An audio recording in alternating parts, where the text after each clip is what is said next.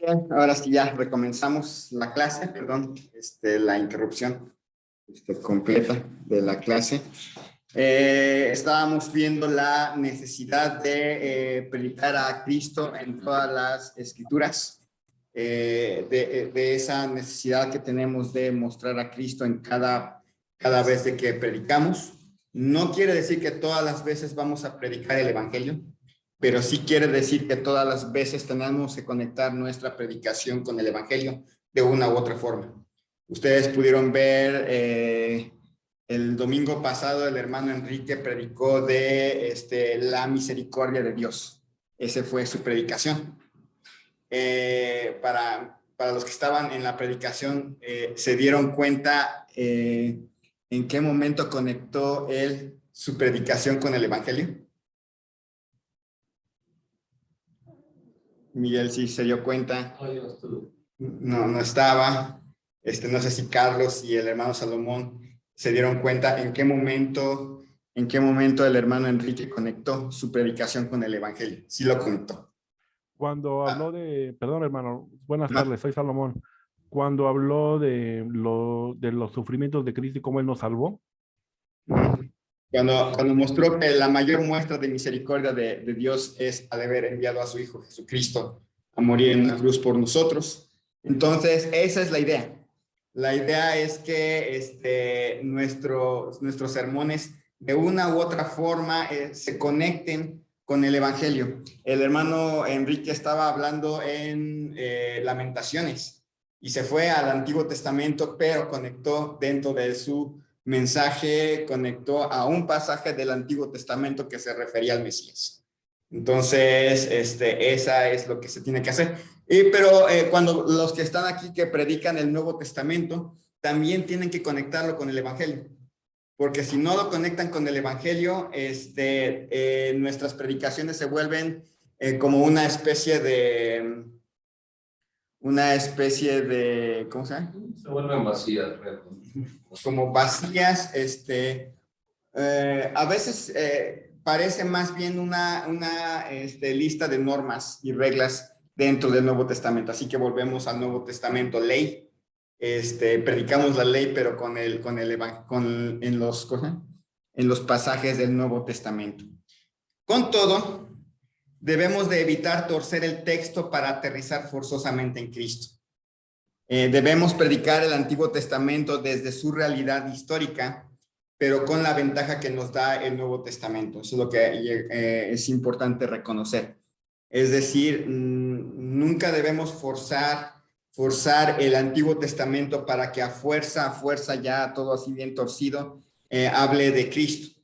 Por ejemplo, agarrar la historia de Lot, y la historia de Lot y cómo él se hunde en la vida de Sodoma y Gomorra, y forzar la historia para mostrar que Lot era un cristiano mundano. Lot no era cristiano porque todavía no existe el cristianismo. Lot simplemente era un hombre que vivió, como diríamos, mirando las pertenencias, y aunque refleja en cierta manera a un cristiano mundano, nunca hay que decir que Lot era cristiano mundano. Nunca podemos decir que David era cristiano. David no era cristiano. David vivió en el Antiguo Testamento, todavía no viene Cristo, así que David no puede ser cristiano, ni Abraham, ni Noé, ni Daniel.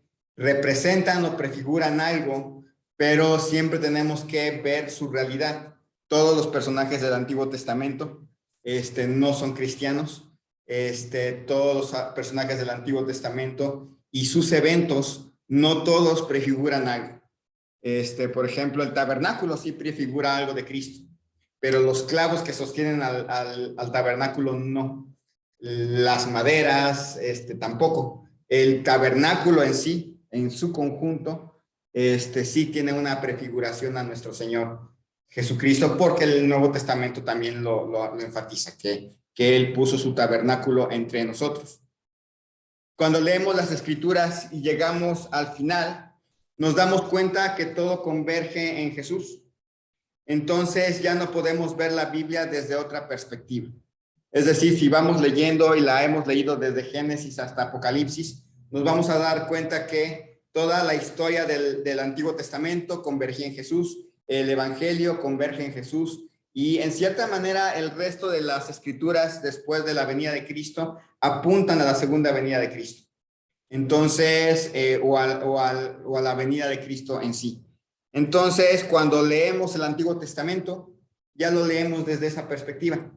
Ya Cristo vino, ya Cristo murió en una cruz por nosotros, y ya podemos entender por qué los sacrificios, ya podemos entender por qué de las vestiduras sacerdotales, ya podemos entender el porqué del reinado de David, ya le da otro significado al libro de Reyes, a los Salmos, etcétera. El hecho de que Cristo ya haya venido nos permite darle una lectura diferente sin necesidad de torcer el pasaje.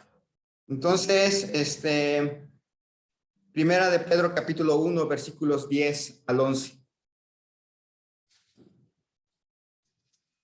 Primera de Pedro capítulo 1, versículos 10 al 11.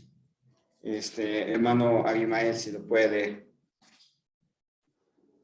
Dice, los profetas que profetizaron de la gracia destinada a vosotros, inquirieron diligentemente, indagaron acerca de esta salvación, escudriñando qué persona y qué tiempo indicaba el Espíritu de Cristo que estaba en ellos, el cual anunciaba de antemano los sufrimientos de Cristo y las glorias que vendrían tras ellos.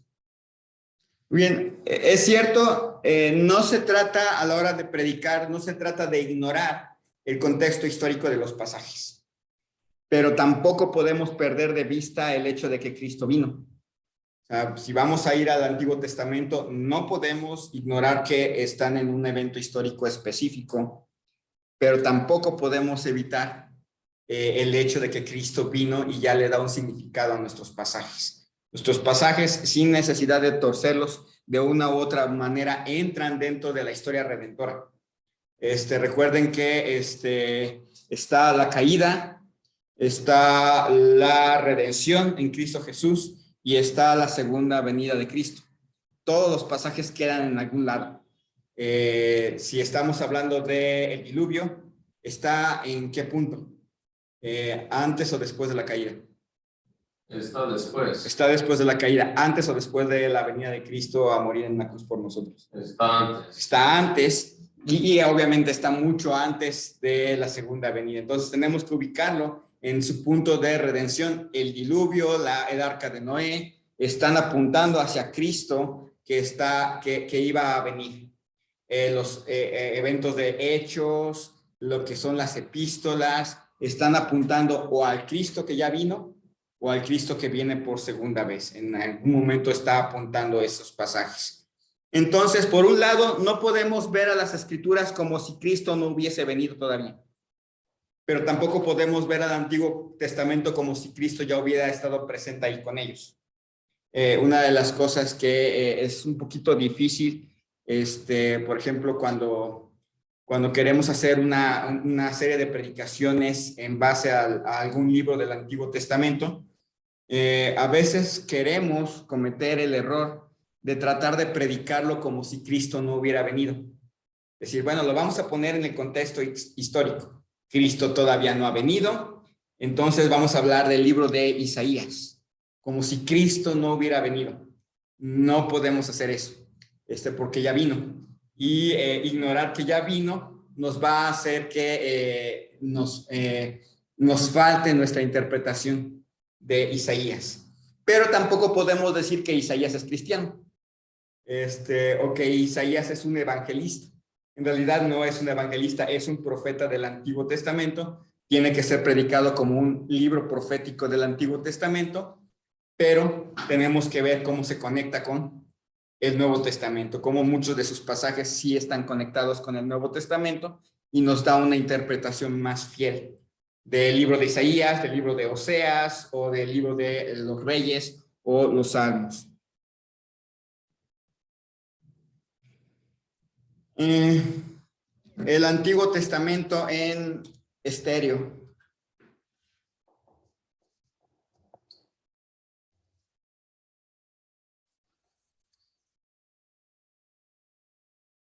Yo creo que el hermano Salomón, también el hermano Abimael y yo estábamos más acostumbrados. ¿Alguna vez hemos escuchado discos que no están en estéreo? Sí. No sé, Carlos es el más joven de todos, pero no sé si ha escuchado alguna vez un disco que no está en estéreo. Especialmente cuando venían los disquitos de acetato. Hay discos en estéreo y hay discos en mono aural. Así es. Entonces, una gran diferencia inclusive es tener un disco en estéreo, porque parece como que están los sonidos por todos lados.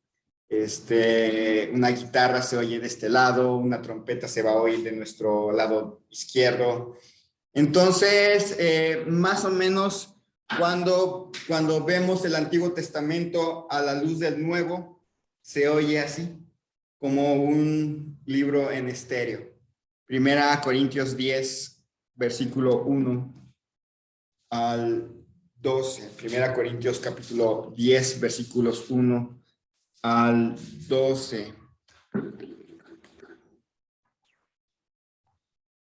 Porque no quiero, hermanos, que ignoréis que nuestros padres todos estuvieron bajo la nube y todos pasaron el mar, y todos en Moisés fueron bautizados en la nube y en el mar, y todos comieron del mismo alimento espiritual, y todos bebieron de la misma bebida espiritual, porque bebían de la roca espiritual que los seguía, y la roca era Cristo. Pero los más de ellos no se agradó Dios, por lo cual quedaron postrados en el desierto. Mas estas cosas les sucedieron como ejemplo a nosotros, y están escritas para que no codiciemos cosas malas como ellos codiciaron, ni seáis idólatras como algunos de ellos, según está escrito, se sentó el pueblo a comer y a beber y se levantó a jugar. Ni forniquemos como algunos de ellos fornicaron, ni cayeron en un día 23,000, ni tentemos al Señor como algunos de ellos le tentaron, como también algunos de ellos le tentaron y perecieron por las serpientes, ni murmuréis como algunos de ellos murmuraron y perecieron por el destructor. Y estas cosas les acontecieron como ejemplo y están escritas para amonestaros a nosotros, a quienes han alcanzado los fines de los siglos. Espero que lo haya recitado bien. 1 Corintios 10, 1 al 12, más o menos, ¿no? No me fue tan mal en ese pasaje. Para hacer un buen trabajo hay que movernos hacia el Viejo Testamento y percibirles desde su punto de vista, y luego movernos hacia nosotros y percibirlos desde el punto de vista de Cristo. ¿Notan este pasaje? Este pasaje nos manda al Antiguo Testamento, y luego nos regresa al Nuevo Testamento. Entonces está brincando de un testamento a otro. Empieza diciendo: no quiero, hermanos, que ignoremos, no quiero, hermanos, nosotros aquí en el siglo I, que ignoremos que nuestros padres del siglo XV antes de Cristo, todos estuvieron bajo la nube y todos pasaron el mar. Entonces, aquí ustedes del siglo I, hermanos corintios, no quiero que ignoren un evento que pasó cuando cuando Moisés estaba en el desierto, y le está dando un significado. Luego, no quiero que ignoremos que nuestros padres todos pasaron todos estuvieron bajo la nube y todos pasaron el mar, y todos en Moisés fueron bautizados en la nube y en el mar. Noten la palabra bautizar. Todos comieron el mismo alimento espiritual. Todos comieron el mismo alimento espiritual. ¿Cuál era? Cristo. Pero ellos comieron el maná. El maná, y el maná prefigura a Cristo. Y todos pasaron, y todos bebieron de la misma bebida espiritual. Aunque ellos bebieron agua de la roca, le da un significado que la roca es Cristo. Pero los más de ellos no se agradó Dios, por lo cual quedaron postrados en el desierto. Cuídense de que no terminen como ellos.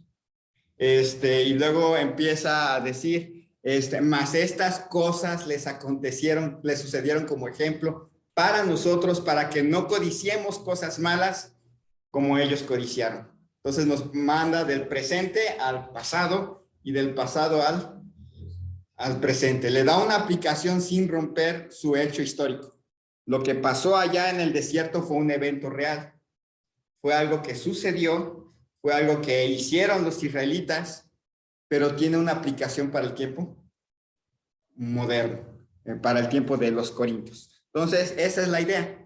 La idea es que veamos las historias del Antiguo Testamento y las veamos en su contexto histórico cuando acontecieron, pero encontremos a la luz del Nuevo Testamento sus aplicaciones para la época moderna. ¿Cuál es el error que cometemos? Cometemos dos clases de errores. Agarrar el Antiguo Testamento como un evento histórico, pero no enlazarlo con el Nuevo Testamento. Se convierte en una prédica de normas, reglas, historias, cosas que pasaron, datos, y allá se queda. La otra es no reconocer que eso fue un evento histórico y agarrarlo como algo del Nuevo Testamento.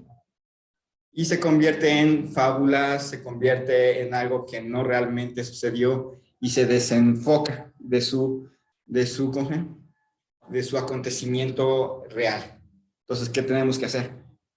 Leer el Antiguo Testamento como un hecho histórico y darle una interpretación a la luz del Nuevo. Juntar los dos. Ver cómo el Antiguo Testamento prefigura el Evangelio. Ver cómo el Evangelio se conecta con el Antiguo Testamento. Ver qué partes del Antiguo Testamento están apuntando hacia Cristo y enlazarlos, sin romper la idea de que lo que pasó allá, la historia de David fue real. Daniel vivió en un momento específico de la historia de Israel. Isaías predicó en un momento especial de la nación. Elías fue un profeta que vivió realmente, que existió, que platicó con Acab, y que murió en algún momento. Adán y Eva no son una prefiguración de la humanidad, fueron hombre y mujer reales, y en algún momento se conecta todo esto con el Evangelio. En este ejemplo que nos pone Pablo, vemos que él se dirige a ellos en su contexto histórico y luego se dirige a sus oyentes, pero no deja pasar por el filtro de Cristo. Y la roca era Cristo. Entonces, no deja de hacer esto. Ver el Antiguo Testamento en su contexto histórico, buscarle una aplicación para el tiempo moderno, pero siempre pasar por el filtro de nuestro Señor Jesucristo. Es decir, no puede haber una aplicación del Antiguo Testamento a nuestra vida si Cristo no está allí. Entonces, eso es lo que va haciendo. Y yo sé, a lo mejor los asusto a la hora de decir, bueno, alguien predica algo del Antiguo Testamento. Es más fácil predicar el Nuevo Testamento, pero hay que notar una cosa.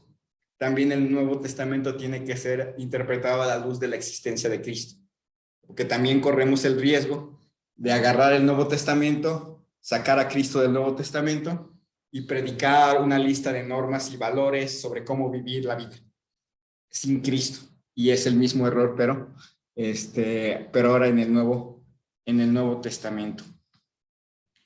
La teología bíblica y su importancia en la predicación. No sé si hay alguna pregunta hasta ahorita. También para los que están allá en Zoom y para los de aquí.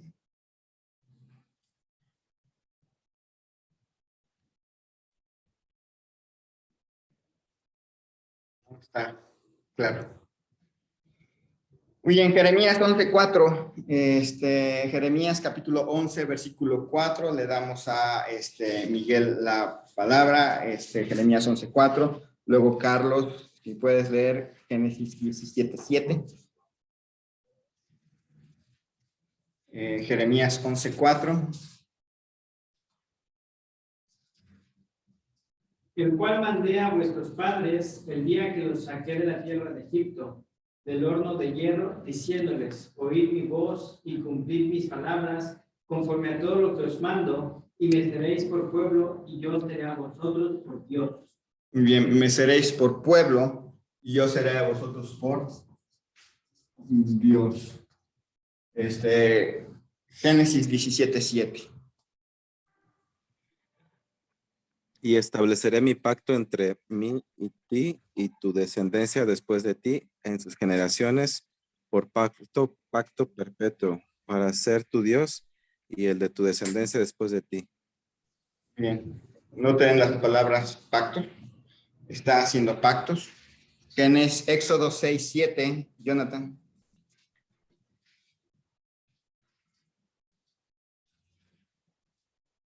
Y os tomaré por mi pueblo, y seré vuestro Dios, y vosotros sabréis que yo soy Jehová, vuestro Dios, que os sacó debajo de las tareas pesadas de Egipto. Muy bien, ¿qué está haciendo Dios ahí? Liberándonos. Está liberándolos, está haciendo un pacto con ellos. Está haciendo un pacto. Segunda Samuel 17:14, hermano Salomón. Sí, dice, yo le seré a él padre y él me será a mi hijo. Y si él hiciere mal, yo le castigaré con vara de hombres y con azotes de hijos de hombres.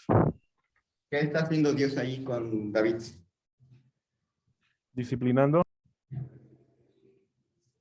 Está haciendo un Un padre. Está haciendo un pacto. Yo voy a hacer esto y tú vas a hacer aquello, etcétera. Jeremías 30:22, hermano Abimael. Jeremías 30:22.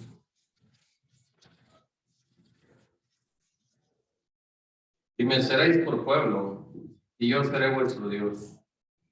¿Qué está haciendo Dios ahí?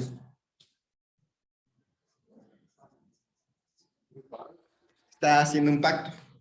Está en diferentes momentos históricos. Génesis está hablando a Abraham, Éxodo está hablando a Moisés, Samuel está hablando a David, Jeremías está hablando a un nuevo pueblo, está hablando de un pacto futuro. Ezequiel 36:38. Ezequiel 36:38, Carlos. Ezequiel 36:38.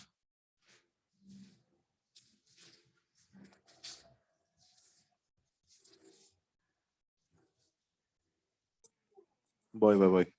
Uh-huh. Ezequiel 36:38. Dice, como las ovejas consagradas, como las ovejas de Jerusalén, en sus fiestas solemnes, así las ciudades desiertas serán llenas de rebaños, de hombres, y sabrán que yo soy Jehová. Sabrá en el futuro que yo soy Jehová. ¿Está haciendo qué cosa? Mirando hacia el futuro. Pacto. Apocalipsis 21:3.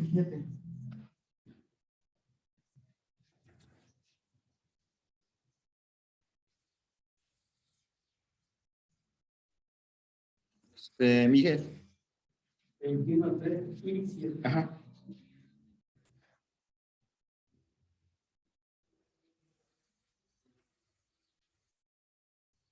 Y oí una gran voz del cielo que decía, he aquí el tabernáculo de Dios con los hombres, y él morará con ellos, y ellos serán su pueblo, y Dios mismo estará con ellos como su Dios. Versículo 7, el que venciere heredará todas las cosas, y yo seré su Dios, y él será mi hijo. Está hablando de un pacto final. Puede ser también como promesa, Ajá. lo mismo. Parece. Parecido. Algunos pactos quedan llenos, algunas promesas entran dentro de los diferentes pactos. La teología bíblica, que es importante ahora, estamos viendo teología bíblica. La teología bíblica es la rama de la teología que se encarga de estudiar la Biblia desde la historia de la redención y de la historia de los pactos. Entonces, a la hora de predicar, es importante tener en cuenta esta historia. Es importante reconocer nuestro pasaje, en qué momento de la historia de la redención está. Bueno, si vamos a predicar Génesis 1, Génesis 2, está antes de la caída. Entonces ya es claro y tiene un significado importante reconocer. Está antes de la caída, es la creación original. Llega a Génesis 3 y de ahí en adelante hasta Malaquías y hasta todavía ha entrado Mateo, todavía ha entrado esas partes, hasta la cruz. Todos los pasajes que vamos viendo, las narraciones están ubicadas en un momento histórico de la redención. Si vemos, Elías está antes de la cruz. Daniel está antes de la cruz. Jonás está antes de la cruz. Y tenemos que tomar en cuenta en qué parte de la historia de la redención se encuentran. Encontramos Hechos, la historia de Ananías y Zafira, después de la cruz. Apocalipsis, algunas partes están buena parte de Apocalipsis está antes de la segunda venida de Cristo. Hay que ver, por ejemplo, Mateo 23, por ahí, está profetizando un evento específico y hay que ver en qué momento de la redención se encuentra. Entonces, la teología bíblica nos ayuda en eso. También hay pactos. Está el pacto de Adán y con Adán en el huerto, de que no deberían de comer del fruto del árbol que está en el centro del huerto, de la ciencia del bien y del mal, y todo lo que hay en ese contexto están en el contexto de ese pacto. Luego viene el pacto de Dios con Adán y Eva después de la caída. No importa lo que hagan, se van a morir. Físicamente van a tener que ir al polvo de la tierra. Y todo lo que hay ahí en adelante está a la luz de ese pacto. Luego viene un pacto con Noé, con el arco iris y toda la cosa. Y tenemos que ver todo lo que tenga que ver con los gentiles, hasta la historia de Cristo y hasta Apocalipsis tienen que ver con ese pacto, porque es un pacto con los gentiles. Y luego viene Abraham, con quién hace Abraham ese pacto, a quienes está incluyendo, y todo lo que haga con Israel desde el pacto abrámico en adelante está sujeto a esa historia. Entonces, tenemos que ver los pactos. Y para evitar confundir historias. Por ejemplo, la historia de Saúl, que se le iba el espíritu, y que le venía un espíritu malo.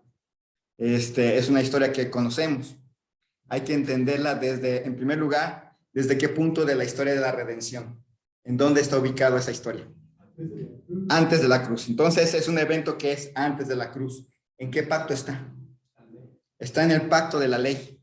No está en el pacto de la iglesia propiamente, está en el pacto de la ley. Así que los eventos que le pasan a Saúl, de que se le va el espíritu, de que viene un espíritu malo, están ubicados en ese pacto. No están ubicados en el pacto después de la cruz. Entonces, para no confundir y no llegar y predicar y decirles a la gente, si ustedes se portan mal, se les va a ir el espíritu y les va a entrar un espíritu malo. Porque no está sucediendo en ese contexto. Entonces, la teología bíblica nos permite ubicar las historias en los pactos, ubicar las historias en los momentos de la redención. Entonces, es importante tener básicamente una noción de estas dos cosas. Cuando los escritores del Nuevo Testamento miraban al Antiguo, veían en Cristo el cumplimiento de muchas profecías y muchos tipos. Lo veían a la luz de la historia de la redención. Entonces, no se trata de sentarse a la hora de predicar, de preparar su sermón. No se trata de preguntarse cómo veo a Cristo en mi texto, sino más bien cómo afecta el evangelio mi comprensión del texto. O de qué forma mi texto se anticipa o se relaciona al evangelio. Porque no siempre van a encontrar a Cristo en todos los pasajes. Se van a encontrar que hay historias donde no hay una referencia clara a Cristo y van a intentar, por ejemplo, forzar el texto para que aparezca Cristo cuando Cristo no está ahí. Sino más bien es sentarse y ver cómo afecta el evangelio mi comprensión de este pasaje. Tengo que tener bien claro qué es el evangelio para que a la hora de sentarme pueda saber, bueno, cómo afecta el hecho de que ya sé el evangelio, cómo afecta el mirar la vida de Atalía, cómo afecta mi mirar de la vida de los diferentes reyes, incluyendo los buenos y los malos, cómo afecta mi comprensión del evangelio a la hora de interpretar un salmo, cómo afecta mi evangelio a la hora de interpretar proverbios, cómo lo afecta, cómo puedo mirar en algún salmo o en Isaías, cómo se anticipa o se relaciona con el evangelio. O sea, de qué manera mi historia está prefigurando algún evento claro del evangelio. Por ejemplo, el arca de Noé es fácil. O sea, cómo el arca de Noé y su venida con el diluvio, cómo prefigura eventos del evangelio. Cómo mi comprensión del evangelio, de saber que Cristo vino, cómo afecta mi comprensión de la ley. A la hora de ver las reglas y las normas de Levítico o de Números, las historias de Números. Entonces, Juan capítulo 8, versículos 53 al 58. Juan 8, 53 al 58. Hermano Salomón. Sí, dice, ¿eres tú acaso mayor que nuestro padre Abraham, el cual murió y los profetas murieron? ¿Quién te haces a ti mismo? Respondió Jesús, si yo me glorifico a mí mismo, mi gloria nada es. Mi Padre es el que me glorifica, el que vosotros decís que es vuestro Dios. Pero vosotros no le conocéis, mas yo le conozco. Y si dijere que no le conozco, sería mentiroso como vosotros, pero le conozco y guardo su palabra. Abraham, vuestro padre, se gozó de que había de venir mi día, y lo vio y se gozó. Entonces le dijeron los judíos, ¿aún no tienes 50 años y has visto a Abraham? Jesús le dijo, de cierto os digo, antes que Abraham fuese yo. Tomaron entonces piedras para arrojárselas, pero Jesús se escondió y salió del templo, y atravesando en medio de ellos, se fue. Cuando vemos, por ejemplo, está aquí citando la vida de Abraham. Cuando vemos el Antiguo Testamento, muchas veces tendemos ¿cómo diríamos? Tenemos la costumbre de buscar personajes que no son, ¿cómo diríamos? Emblemáticos o que no son de mal ejemplo. Podemos hacer una predicación acerca de la vida de Acab, acerca de Jezabel, y centramos nuestra atención en los personajes. Ser como David, hay hasta un libro, David, un hombre conforme al corazón de Dios. Y centramos nuestra atención en predicar a los jóvenes, sean como Daniel, tomen decisiones como Daniel, a los que están sufriendo, sean como Job, tomen decisiones como Job o como José. Pero en realidad todos esos personajes tenemos que verlos a la luz de que eran mortales, de que eran pecadores, y que si prefiguran algo de Cristo, Cristo lo supera. Cristo supera por mucho a Daniel, Cristo supera por muchísimo a Abraham, y Cristo supera por muchísimo a cualquier personaje de la historia de la Biblia. Siempre tenemos que tomar en cuenta eso. Cuando hablamos de Daniel, no nos centramos en la persona de Daniel, sino en cómo Cristo supera a Daniel. Vemos aspectos muy, muy buenos de Daniel, pero Cristo lo supera por mucho, en muchas formas. Cuando vemos a José, José era un gran joven que va madurando conforme pasan los años, pero nuestro centro no es José, nuestro centro es Cristo, cuya vida apunta a José. José apunta a Cristo de una u otra forma, y tenemos que recordarlo. Entonces, Cristo supera a los personajes, Cristo supera a las instituciones, Cristo es el cumplimiento del tabernáculo, Cristo es el sumo sacerdote que está por encima de cualquier sumo sacerdote. Todos los sumos sacerdotes fracasaron, menos Cristo. Cristo es el cumplimiento del tabernáculo, se perdió, se destruyó en la época de Me parece que es en la de el inicio de los jueces. No, el final de los jueces y el inicio de Samuel. Y lo sustituyó un tabernáculo que está por encima de todos los tabernáculos, que es nuestro Señor Jesucristo. Entonces, puestos los ojos en Jesús es una tarea difícil, pero si no se hace, nos pondremos en una situación peligrosa en nuestra interpretación. Si no interpretamos las cosas a la luz de Cristo y de que Cristo ya vino, vamos a ver que vamos a colocarnos en una posición bastante peligrosa a la hora de predicar. Vamos a ver que nos vamos a colocar en dos extremos. O nos volvemos legalistas o nos volvemos antinomistas. Es decir, o nos convertimos en predicadores de la ley o nos convertimos en predicadores que están en contra de la santidad de Dios.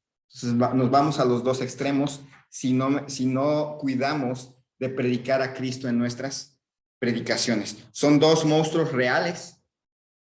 Navegar sin acercarse mucho a alguno de estos requiere de mucha pericia por parte del predicador.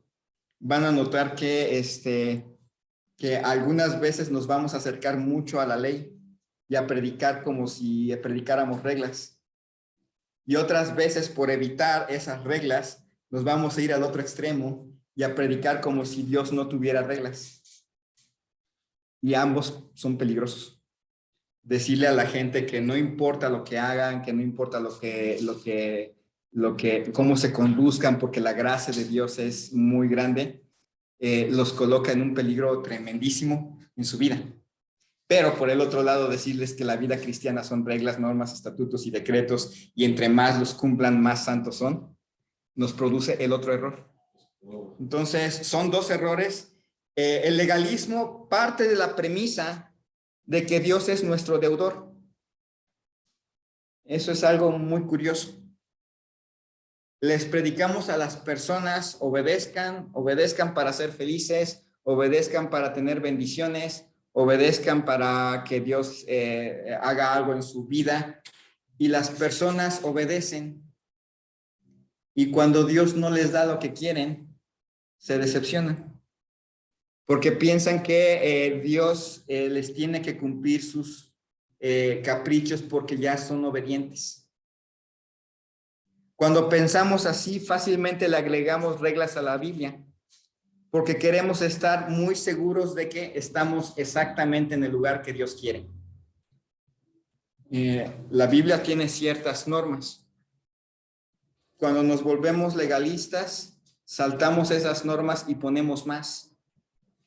La meta es asegurarnos que estemos en la norma. Entonces, eso hace de nuestras predicaciones una lista de reglas y normas muy peligrosas. La Biblia dice una cosa y nosotros le agregamos más cosas para asegurarnos que estamos en lo que Dios quiere. Me acuerdo que había mi maestro de filosofía en bachilleres, decía, no matarás. Ahí está el mandamiento. Ponía, no matarás el tiempo, no matarás las ilusiones de un amigo, no matarás no matarás esto, y luego no robarás las ideas de una persona, no robarás, y le agregaban a muchas cosas cuando simplemente el mandamiento ni siquiera es para no robar y para no matar, es para darnos cuenta que necesitamos de Cristo. Entonces, la próxima semana vamos a ver el otro lado, el antinomismo. ¿Alguna pregunta antes de terminar? Antinomismo. La próxima semana vemos qué significa eso. Bueno, lo mismo que ainda dice Abraham, vuestro padre, se gozó, que había de ver mi día y lo vio y se gozó. Muy bien. Pues vamos a orar para concluir. Muchas gracias a los que están allá en Zoom. Y vamos a orar. Señor y Dios, te doy gracias en esta noche por la vida que nos concedes. Gracias, Señor, por tu amor, por tu misericordia. Es un tema muy difícil, Señor. Entender que necesitamos predicar a Cristo en todas nuestras predicaciones. Entender que necesitamos conectar el evangelio con nuestra